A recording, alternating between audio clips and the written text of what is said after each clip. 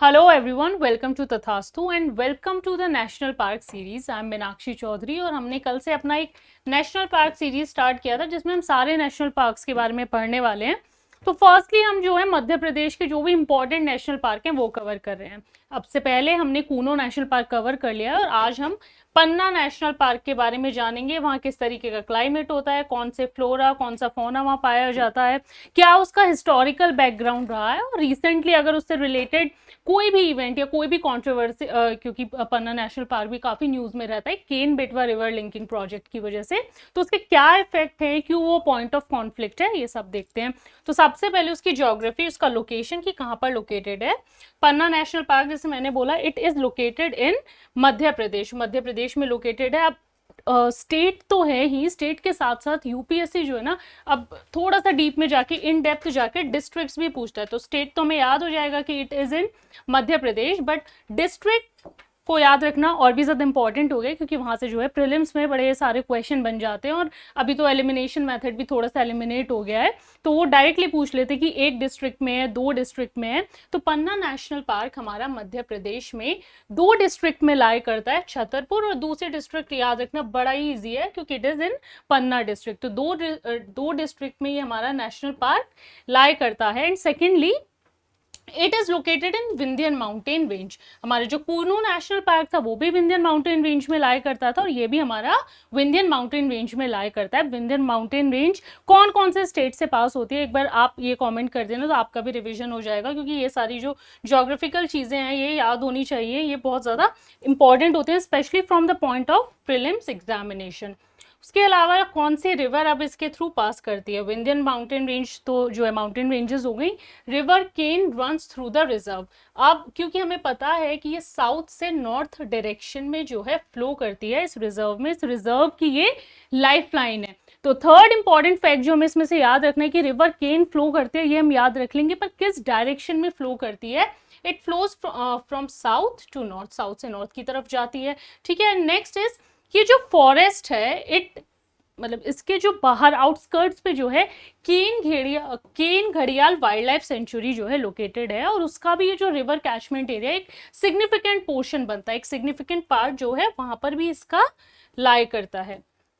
Now this river the Ken river, हम Ken river की बात कर रहे हैं, ये one of the 16 perennial rivers है। पेरिनियल रिवर्स वो हैं जिनमें पानी रहता है and it is one of the 16 perennial rivers of Madhya Pradesh और ये यमुना रिवर की ट्रिब्यूटरी है। यमुना रिवर की ट्रिब्यूटरी होने के साथ साथ सबसे इंपॉर्टेंट ये है कि यमुना की बहुत सी ट्रिब्यूटरीज जो हैं वो पॉल्यूटेड है, तो it is the least polluted tributary of Yamuna. कल हमने कूनो नेशनल पार्क के थ्रू भी एक रिवर पास करती है, वो आप कमेंट करना कौन सी करती है, और वो भी जो है हमारी यमुना रिवर की ही ट्रिब्यूटरी है। Now the path of the meandering Ken offers some spectacle scenery, मतलब ये जो रिवर इसके around the lot of gorges, the lot of plateaus, ये ना पूरे एक सीनिक जो है लैंडस्केप बनाती है रिवर जब पास होती है। And this is the Ken river जब ये पास होती है इस पार्क से, द पन्ना नेशनल पार्क। अब इसके पार्क के बारे में one more important thing is कि यहाँ पे ना एक ये रिजर्व जो है it is home to north Madhya Pradesh के जो लास्ट रिमेनिंग टाइगर्स हैं।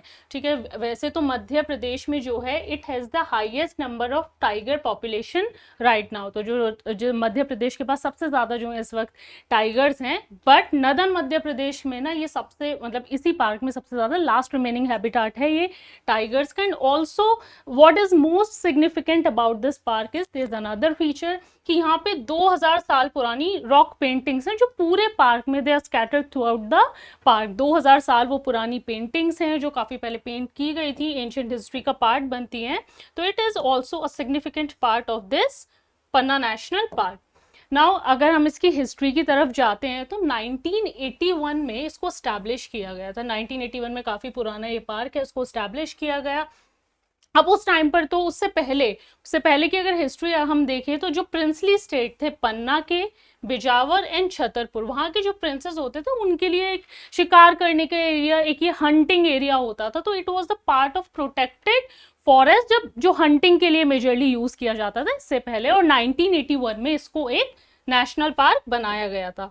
उसके बाद 1994 में एक इंपॉर्टेंट चीज हुई कि इसको एक टाइगर रिजर्व डिक्लेयर कर दिया गया था, ठीक है। तो पन्ना नेशनल पार्क टाइगर रिजर्व भी है और इंडिया का ये 22nd टाइगर रिजर्व जो है बना था, ठीक है। अभी तो मध्य प्रदेश में खैर सबसे ज्यादा टाइगर्स हैं, पर इसकी भी अपनी एक स्टोरी है, एक बैकड्रॉप है कि किस तरीके से टाइगर्स जो थे इस पार्क से पूरी तरीके से खत्म हो गए थे।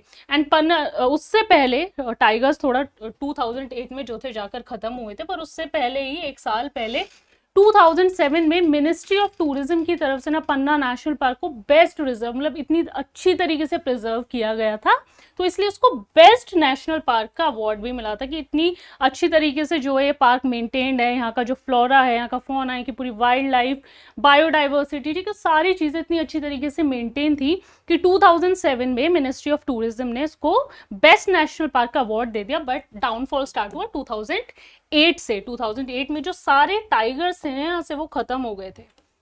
अब इसके फ्लोरा की बात करते हैं, तो सबसे नॉर्दर्न पार्ट में इसका जो है टीक फॉरेस्ट पाए जाते हैं और जो ईस्ट पार्ट है वहां पर करदाई फॉरेस्ट पाए जाते हैं। तो दो चीजें हमारी इंपॉर्टेंट है।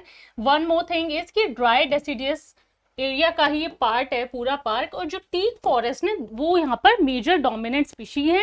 एंड ये जो हमारे करदाई ट्री है, they are the major dominant these trees in Kuno national park as well. तो दोनों में ये पाए जाते हैं, बट यहाँ पर जो डोमिनेंट है it is the teak. Now this reserve has a dry and short grassland, open grassland की तरह भी ये जो रिजर्व है, जैसे इस तरीके से तो ओपन ग्रासलैंड की तरह भी जो है सर्व करता है।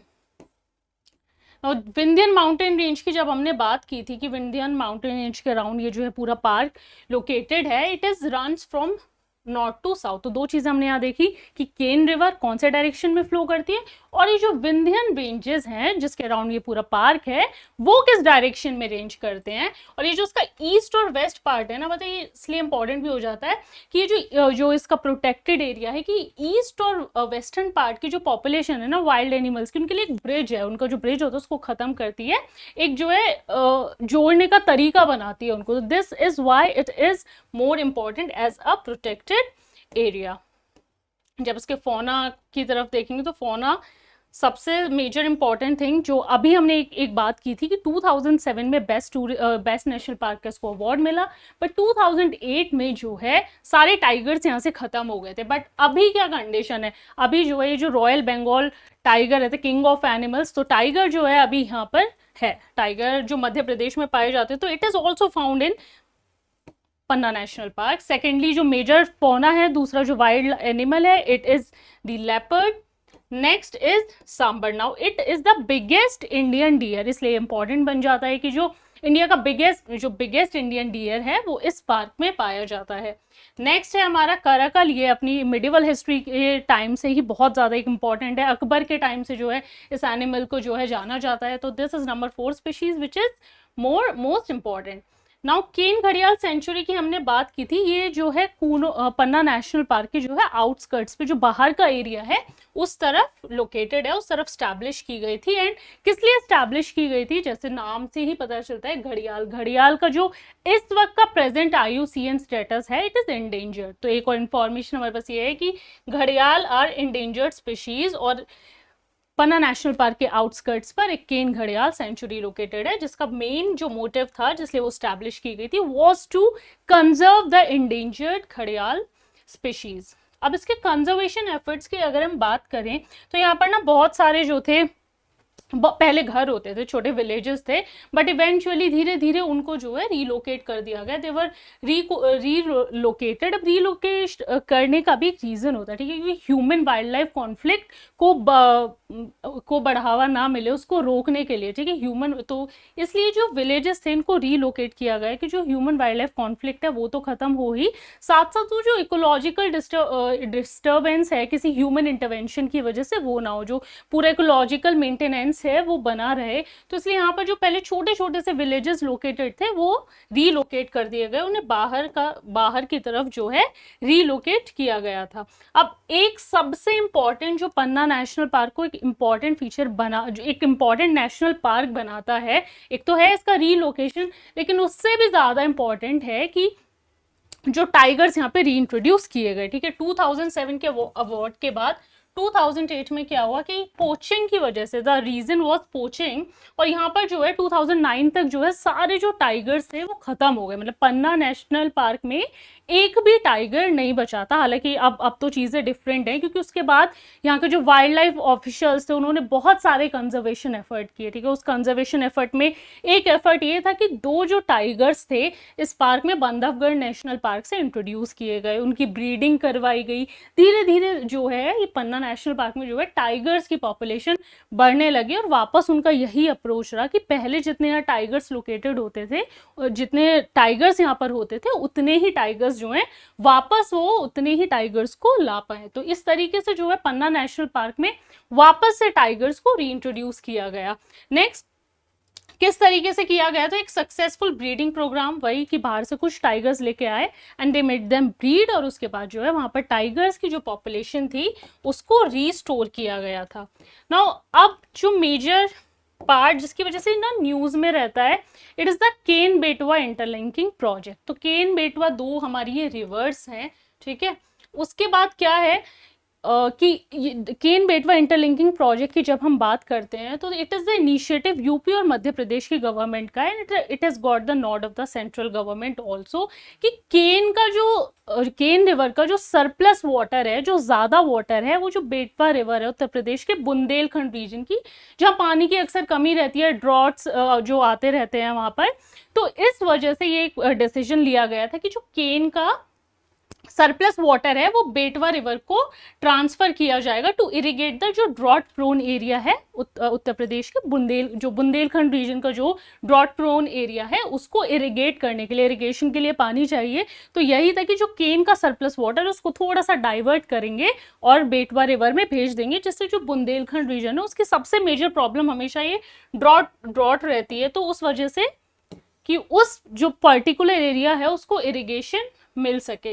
But the point of conflict is कि ये सब, इससे एक चीज़ तो चलो सुधर जाएगी कि जो ड्रॉट है वो ख़त्म हो जाएगा, जो सूखा पड़ता है वो बंद हो जाएगा, एक्स्ट्रा पानी आ जाएगा, पर वो किस कॉस्ट पर आएगा कि जो पन्ना हमारा नेशनल पार्क है इसका बहुत सारा एरिया उसमें सबमर्ज हो जाएगा, डूब जाएगा। तो इसलिए जो वाइल्ड लाइफ ऑफिशियल्स होते हैं, जो कंजर्वेशनिस्ट हैं, जो इन्वायरमेंटलिस्ट हैं, वो ये बात को बार बार जो है कंसर्न दिखाते हैं कि यार ये जो है ये किस कॉस्ट पर हम लोग ये इंटरलिंकिंग करेंगे, जो पूरा हमारा पार्क है इसमें कितने सारे, जब डूबेगा तो कितने सारे स्पीशीज को भी नुकसान पहुंचेगा, कोई स्पीशीज जो है मर भी सकते हैं। तो ये एक पॉइंट ऑफ कॉन्फ्लिक्ट रहा है रिसेंट टाइम में रिगार्डिंग द केन बेटवा इंटरलिंकिंग प्रोजेक्ट, जिसका जो सेंटर पे रहा है वो रहा है हमारा पन्ना नेशनल पार्क। जो कोर एरिया है इसका, जो क्रिटिकल टाइगर हैबिटाट है, it has a chance that it may gate submerged and it is considered one of the most successful reserves इसको माना गया है।